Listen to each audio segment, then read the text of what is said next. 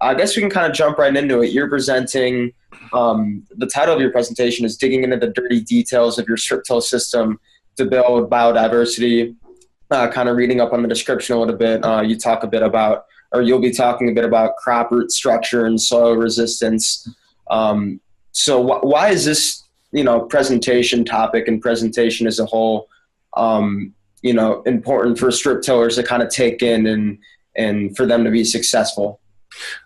Well, I believe that they're finding, they being the attendants and those that want to hear about strip tillage, are confused a little bit about that. Are all the answers coming from the cover crop and the no-till side of things?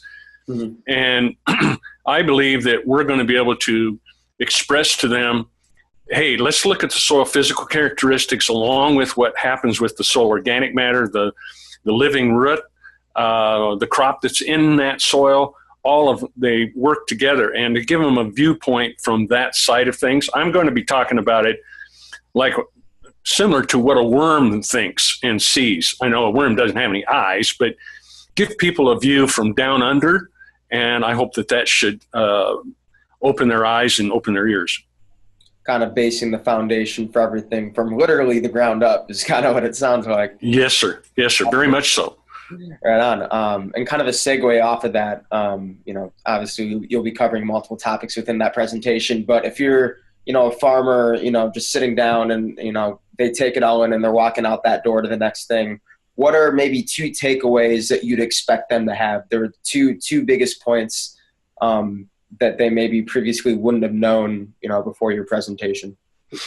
Well, it'll be a little bit of a refresher from 2015 when I was there at Iowa City.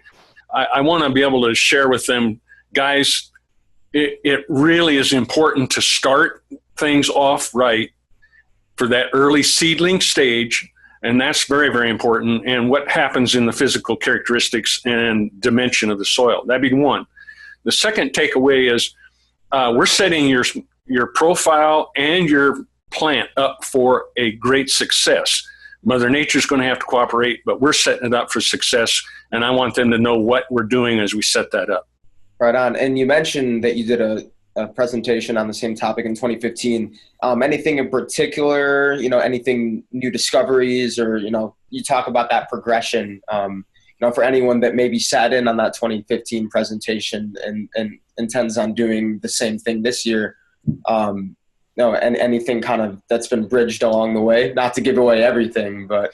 Well, I want to talk to them a little bit about some of the new things that have come up with the genetically modified corn that Monsanto has. Now it's Bayer, but to express what that is and why it has an effect for the Western Corn Belt and also others in different areas of the Midwest and on into the Eastern Corn Belt.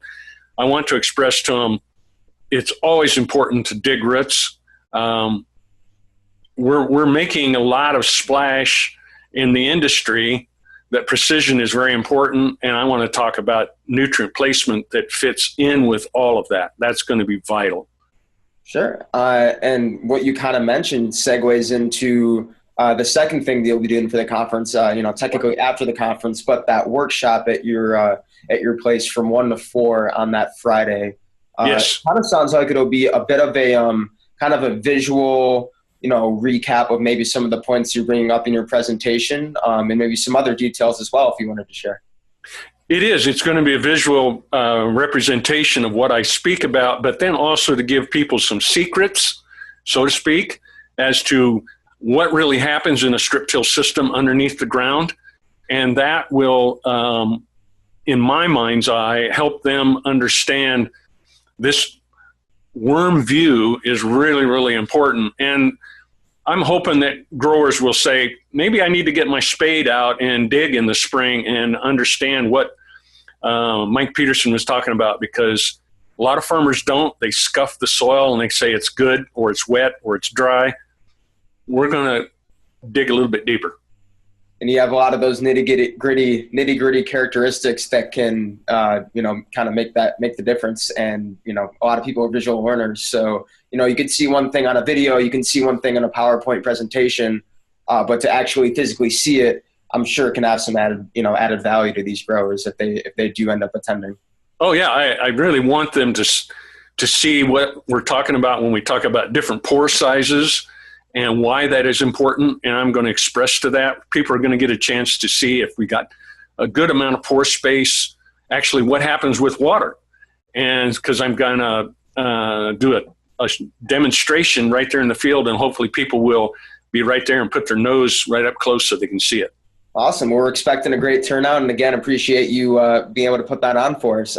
So just one last question before I let you go here, kind of speaking to, anyone that's maybe on the fence about going this summer. They've heard some good things. Maybe it's a big travel commitment, whatever it may be. If you're sitting down with them across the table, what would be your pitch as to somebody on the fence? Hey, this is really an event worth going to. I think you should make it worth your time.